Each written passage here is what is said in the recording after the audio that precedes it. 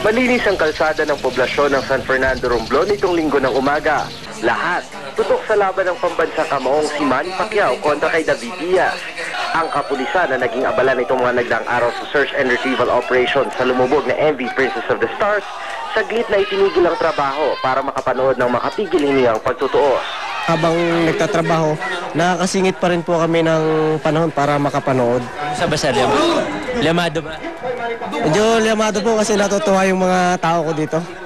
Maging ang grupo ng mga mamamahayag na nagko-cover sa pagtaob ng MV Princess of the Stars, hindi rin pinalagpas ang pagkakataon para maipakita ang suporta kay Pacman. Kasabay ng bawat suntok ay hiyaw mula sa mga manonood. Nang manakaut na si Diaz sa 9th round, lalong tumindi ang pagbubunyi. Pero bago pa man daw sumama sa laban si Pacman, panalo na siya sa kanyang mga kababayan. At kahit na hindi pa lubos na nakababangon sa trahedya ang mga residente rito, panibagong sigla raw ang kanilang naramdaman. At least yung moral namin medyo tumaas. Magandang laban ni Manny Pacquiao. Piling naman ng mga batang umiidolo kay Pacman. Punta ka rito, Manny, at tulungan mga mga nasulandarang bagyo.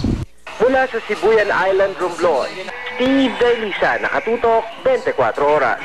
At sa puntong ito, makakausap po natin sa pamamagitan ng telepono si Sports Saksi, si PBL Commissioner Chino Trinidad. Chino, magandang umaga sa iyo dyan sa Amerika at magandang gabi dito sa Pilipinas. Kapansin-pansin ang pagkakaiba ng mukha ni Diaz at ni Manny Pacquiao. Si Diaz bugbog na bugbog. Duguan ang mukha si Manny Pacquiao kahit yata isang galos wala ang sa mukha niya Chino? Ano yun parang ang tawag ng mga Amerikano doon, rearrange yung mukha ni David Diaz doon sa laban na yun ni Manny Pacquiao.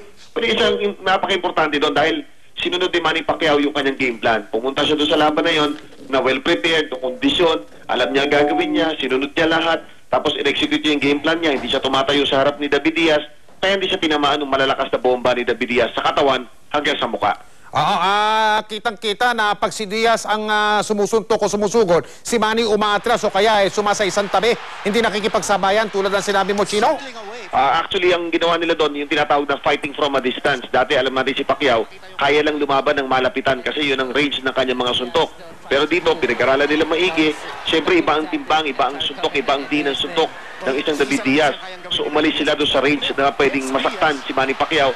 So, naggagalaw siya, yung footwork niya, saka yung paggamit niya ng talino niya na hindi tatamaan siya nung full strength ng punch ni David Diaz. Napakalaking bagay nun sa laban kahapon. Chino, pwede ba nating sabihin na ito na ang pinakamagaling o best na laban ni Manny Pacquiao? At ano meron dito na wala dun sa mga nakaraan na mga laban ni Manny?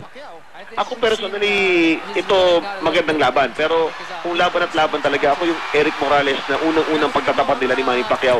Para sa akin yan ang best fight. Suguan si Manny Pacquiao, hirap na hirap, hindi makakita, lumalaban. Hindi sinasabi ko na hindi na ganun katapang si Manny Pacquiao. Ang difference nito, dito nakikita natin ang pagkakabuo ng skills ni Manny Pacquiao. Ibig kong sabihin yan, hindi na lang si Manny Pacquiao one-dimensional fighter. Sabi nila, malakas ng sumuntok, yun lang ang kaya niya. Kahapon, pinakita niya na pwede siyang gumalaw, pwede siyang sumuntok na malakas, pwede siyang mag-boxing. Ibig sabihin, gamitin yung range, gamitin yung jab, gamitin yung movement. Ang nakikita natin, Mike, ay ang completion ng trabaho ng pagkakabuo ni Manny Pacquiao as a complete fighter. Maraming salamat, Chino Trinidad, sa pamamagitan ng telepono mula sa Amerika.